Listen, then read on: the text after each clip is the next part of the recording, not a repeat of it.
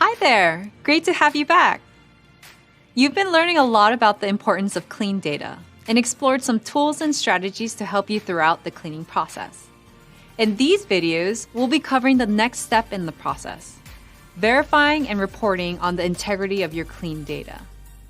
Verification is a process to confirm that a data cleaning effort was well executed and the resulting data is accurate and reliable.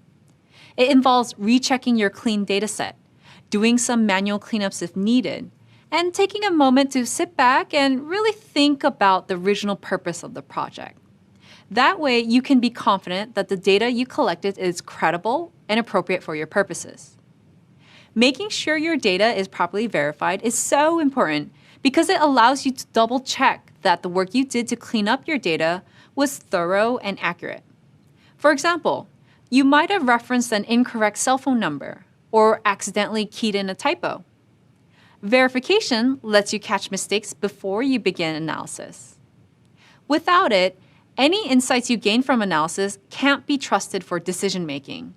You might even risk misrepresenting populations or damaging the outcome of a product that you're actually trying to improve. I remember working on a project where I thought the data I had was sparkling clean because I'd used all the right tools and processes. But when I went through the steps to verify the data's integrity, I discovered a semicolon that I had forgotten to remove. Sounds like a really tiny error, I know, but if I hadn't caught the semicolon during verification and removed it, it would have led to some big changes in my results. And that, of course, could have led to different business decisions. So there's an example of why verification is so crucial. But that's not all. The other big part of the verification process is reporting on your efforts. Open communication is a lifeline for any data analytics project. And reports are a super effective way to show your team that you're being 100% transparent about your data cleaning. Reporting is also a great opportunity to show stakeholders that you're accountable, build trust with your team, and make sure you're all on the same page about important project details. Coming up, you'll learn different strategies for reporting, like creating data cleaning reports, documenting your cleaning process, and using something called the changelog. A changelog is a file containing a chronologically ordered list of modifications made to a project. It's usually organized by version and includes the date, followed by a list of added, improved, and removed features. Changelogs are very useful for keeping track of how a dataset evolved over the course of a project. They're also another great way to communicate and report on data to others. Along the way, you'll also see some examples of how verification and reporting can help you avoid repeating mistakes and save you and your team time. Ready to get started? Let's go!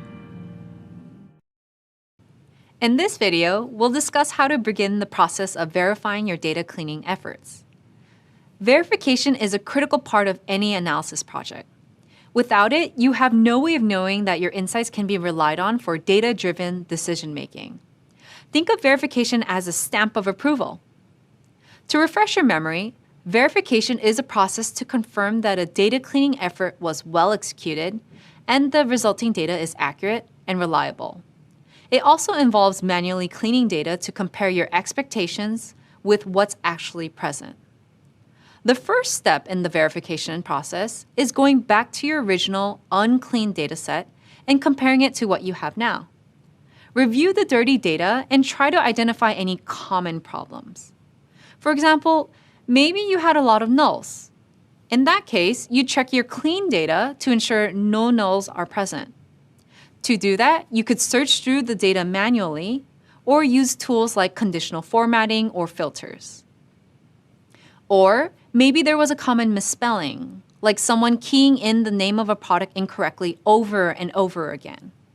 In that case, you'd run a find in your clean data to make sure no instances of the misspelled word occur. Another key part of verification involves taking a big picture view of your project. This is an opportunity to confirm you're actually focusing on the business problem that you need to solve and the overall project goals, and to make sure that your data is actually capable of solving that problem and achieving those goals. It's important to take the time to reset and focus on the big picture because projects can sometimes evolve or transform over time without us even realizing it. Maybe an e-commerce company decides to survey 1,000 customers to get information that would be used to improve a product. But as responses begin coming in, the analysts notice a lot of comments about how unhappy customers are with the e-commerce website platform altogether. So the analysts start to focus on that. While the customer buying experience is of course important for any e-commerce business, it wasn't the original objective of the project. The analysts, in this case, need to take a moment to pause, refocus, and get back to solving the original problem. Taking a big picture view of your project involves doing 3 things. First, consider the business problem you're trying to solve with the data. If you've lost sight of the problem, you have no way of knowing what data belongs in your analysis. Taking a problem-first approach to analytics is essential at all stages of any project. You need to be certain that your data will actually make it possible to solve your business problem. Second, you need to consider the goal of the project. It's not enough just to know that your company wants to analyze customer feedback about a product.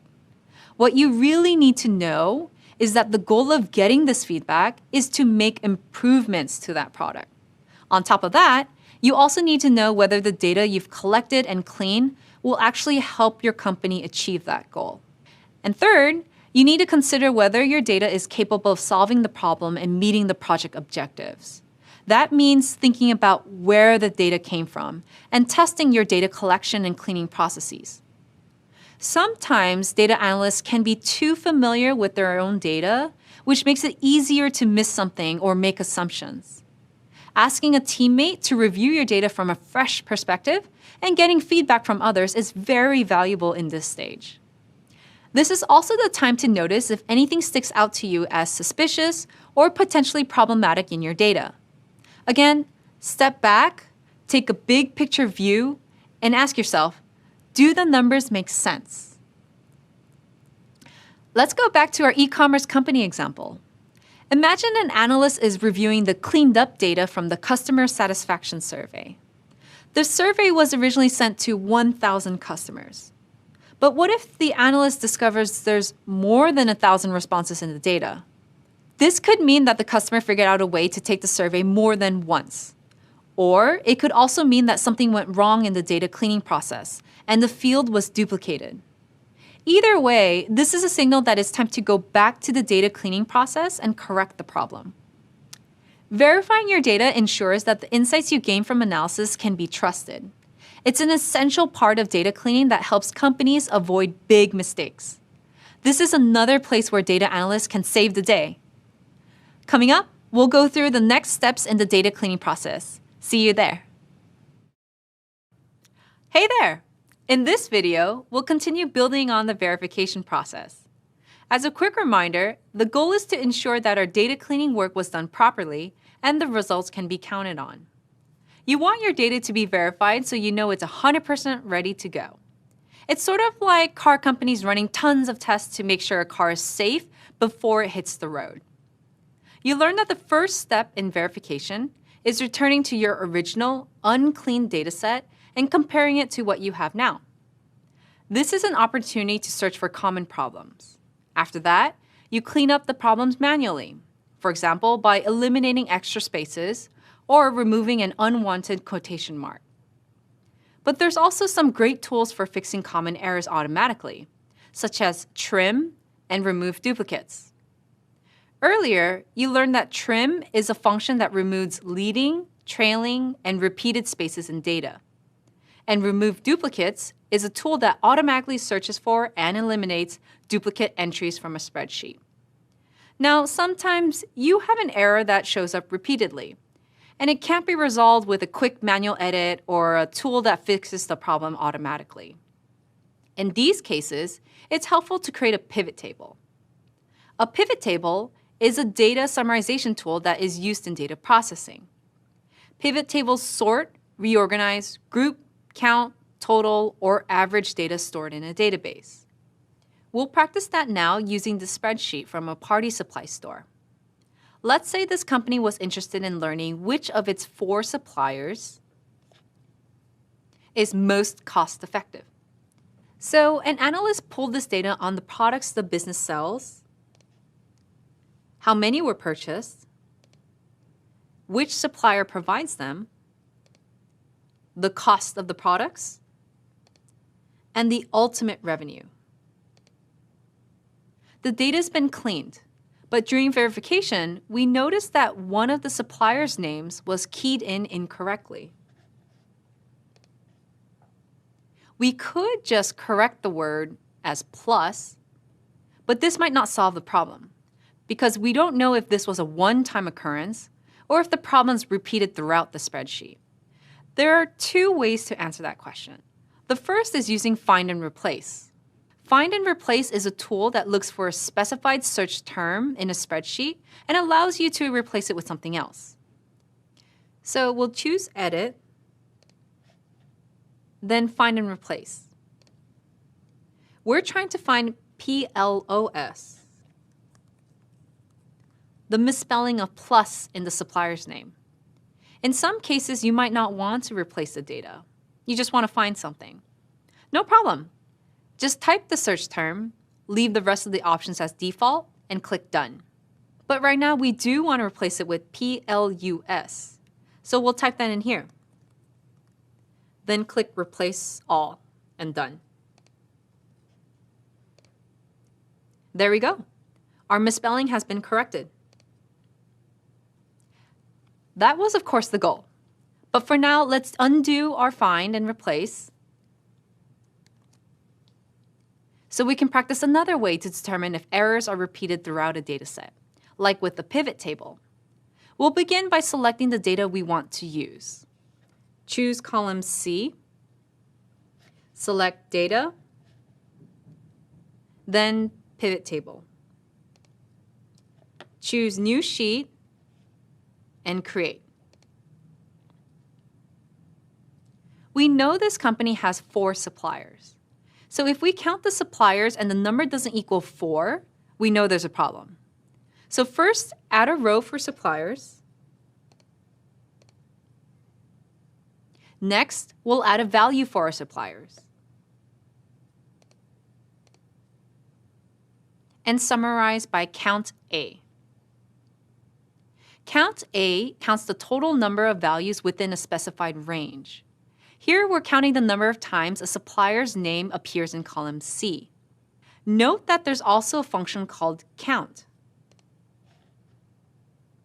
which only counts the numerical values within a specified range.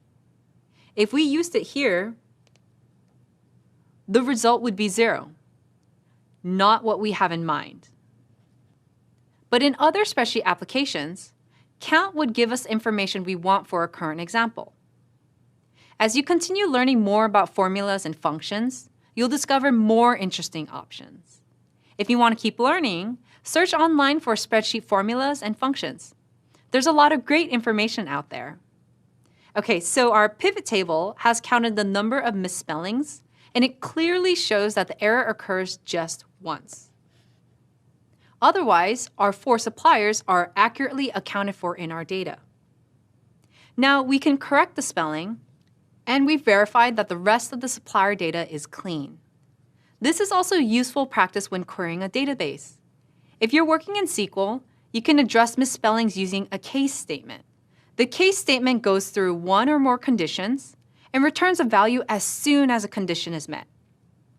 Let's discuss how this works in real life using our customer_name table. Check out how our customer Tony Magnolia shows up as Tony and Tinoy. Tony's name was misspelled. Let's say we want a list of our customer IDs and the customer's first names, so we can write personalized notes thanking each customer for their purchase. We don't want Tony's note to be addressed incorrectly to Tinoy. So here's where we can use the case statement. We'll start our query with the basic SQL structure. Select from where. We know the data comes from the customer_name table in the customer_data dataset, so we can add customer_data.customer_name after from. Next, we tell SQL what data to pull in the select clause. We want customer underscore ID and first underscore name. We can go ahead and add customer underscore ID after select. But for our customers' first names, we know that Tony was misspelled. So we'll correct that using case. We'll add case, and then when, and type first underscore name equal T-Noi. Next, we'll use the then command and type Tony, followed by the else command. Here we'll type first underscore name, followed by and as, and then we'll type cleaned underscore name. Finally, we are not filtering our data, so we can eliminate the where clause. As I mentioned, a case statement can cover multiple cases. If we wanted to search for a few more misspelled names, our statement would look similar to the original, with some additional names like this. And there you go. Now that you've learned how you can use spreadsheets and SQL to fix errors automatically, we'll explore how to keep track of our changes next. Hi again.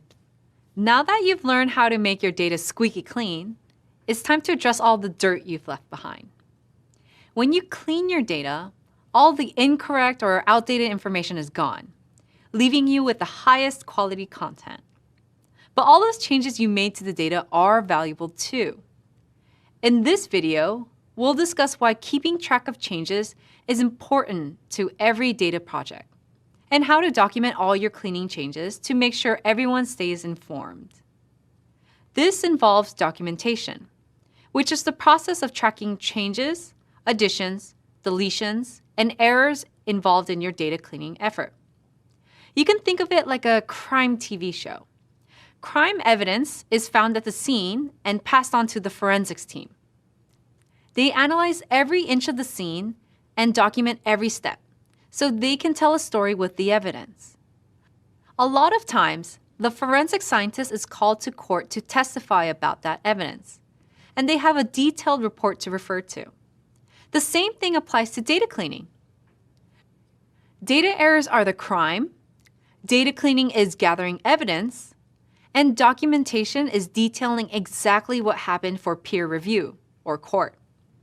Having a record of how a dataset evolved does three very important things. First, it lets us recover data cleaning errors. Instead of scratching our heads, trying to remember what we might have done 3 months ago, we have a cheat sheet to rely on if we come across the same errors again later. It's also a good idea to create a clean table rather than overwriting your existing table. This way, you still have the original data in case you need to redo the cleaning.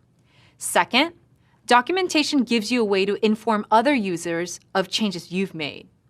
And if you ever go on vacation or get promoted, the analyst who takes over for you will have a reference sheet to check in with. Third, documentation helps you determine the quality of the data to be used in analysis. The first two benefits assume the errors aren't fixable. But if they are, a record gives the data engineer more information to refer to. It's also a great warning for ourselves that the dataset is full of errors and should be avoided in the future. If the errors were time-consuming to fix, it might be better to check out alternative datasets that we can use instead.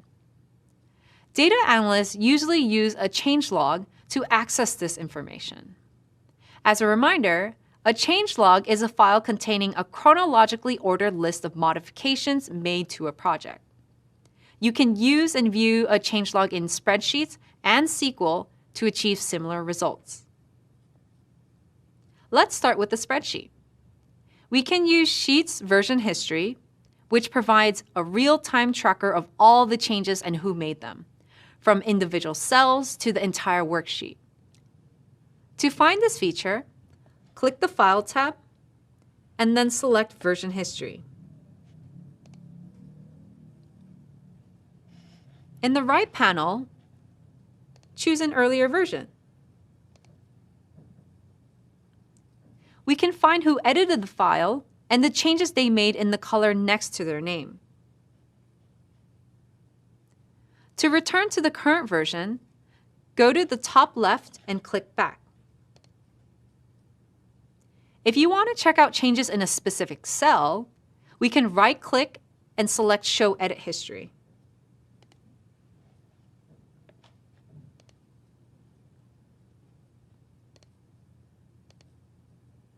That's it. Also, if you want others to be able to browse a sheet's version history, you'll need to assign permission. Okay, now let's switch gears and talk about SQL. The way you create and view a changelog with SQL depends on the software program you're using. Some companies even have their own separate software that keeps track of changelogs and important SQL queries. This gets pretty advanced, but essentially, all you have to do is specify exactly what you did and why when you commit a query to the repository as a new and improved query. This lets the company revert back to a previous version if something you've done crashes the system, which has happened to me before. Another option is to just add comments as you go while you're cleaning data in SQL. This will help you construct your changelog after the fact. For now, we'll check out BigQuery's query history, which tracks all the queries you've run. You can click on any of them to revert back to a previous version of your query, or to bring up an older version to find what you've changed. Here's what we've got. I'm in the Query History tab. Listed on the bottom right are all the queries I've run by date and time. You can click on this icon to the right of each individual query to bring it up to the query editor. Changelogs like these are a great way to keep yourself on track. It also lets your team get real-time updates when they want them. But there's another way to keep the communication flowing, and that's reporting. Stick around and you'll learn some easy ways to share your documentation, and maybe impress your stakeholders in the process. See you in the next video. Great, you're back. Let's set the stage. The crime is dirty data. We've gathered the evidence. It's been cleaned, verified, and cleaned again. Now it's time to present our evidence. We'll retrace the steps and present our case to our peers. As we discussed earlier, data cleaning, verifying, and reporting is a lot like a crime drama. Now it's our day in court. Just like a forensic scientist testifies on the stand about the evidence, data analysts are counted on to present their findings after a data cleaning effort. Earlier, we learned how to document and track every step of the data cleaning process, which means we have solid information to pull from. As a quick refresher, documentation is the process of tracking changes, additions, deletions, and errors involved in a data cleaning effort. Changelogs are a good example of this. Since it's saved chronologically, it provides a real-time account of every modification. Documenting will be a huge time saver for you as a future data analyst. It's basically a cheat sheet you can refer to if you're working with a similar dataset or need to address similar errors. While your team can view changelogs directly, stakeholders can't and have to rely on your report to know what you did. Let's check out how we might document our data cleaning process using an example we worked with earlier. In that example, we found that this association had 2 instances of the same membership for $500 in its database.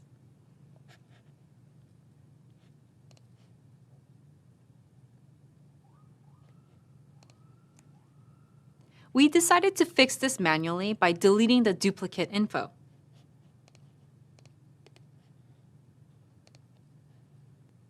There are plenty of ways we could go about documenting what we did. One common way is to just create a doc listing out the steps we took and the impact they had. For example, first on your list would be that you removed the duplicate instance.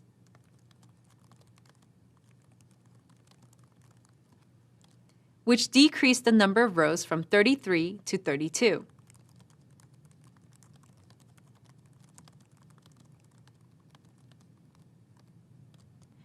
and lowered the membership total by $500.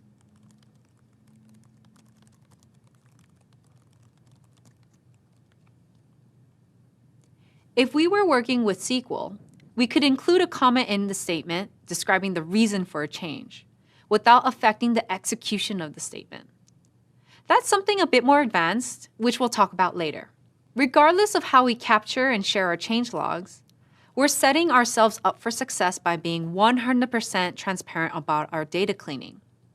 This keeps everyone on the same page and shows project stakeholders that we're accountable for effective processes. In other words, this helps build our credibility as witnesses who can be trusted to present all the evidence accurately during testimony. For dirty data, it's an open and shut case. Welcome back. By now, it's safe to say that verifying, documenting, and reporting are valuable steps in the data cleaning process. You have proof to give stakeholders that your data is accurate and reliable, and the effort to attain it was well executed and documented. The next step is getting feedback about the evidence and using it for good, which we'll cover in this video. Clean data is important to the task at hand, but the data cleaning process itself can reveal insights that are helpful to a business. The feedback we get when we report on our cleaning can transform data collection processes and ultimately business development. For example, one of the biggest challenges of working with data is dealing with errors. Some of the most common errors involve human mistakes, like mistyping or misspelling, flawed processes, like poor design of a survey form, and system issues, where older systems integrate data incorrectly. Whatever the reason, data cleaning can shine a light on the nature and severity of error-generating processes. With consistent documentation and reporting, we can uncover error patterns in data collection and entry procedures, and use the feedback we get to make sure common errors aren't repeated. Maybe we need to reprogram the way the data is collected, or change specific questions on a survey form. In more extreme cases, the feedback we get can even send us back to the drawing board to rethink expectations and possibly update quality control procedures. For example, sometimes it's useful to schedule a meeting with the data engineer or data owner to make sure the data is brought in properly and doesn't require constant cleaning.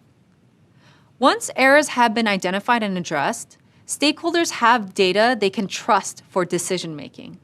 And by reducing errors and inefficiencies in data collection, the company just might discover big increases to its bottom line. Congratulations! You now have the foundation you need to successfully verify and report on your cleaning results. Stay tuned to keep building on your new skills. Thank you for watching our video. We hope you found it helpful.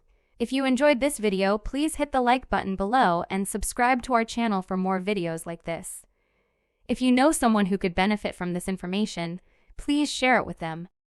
We would love to hear your thoughts on this learning course, so please leave a comment below. Thanks again for watching, and we'll see you in the next video.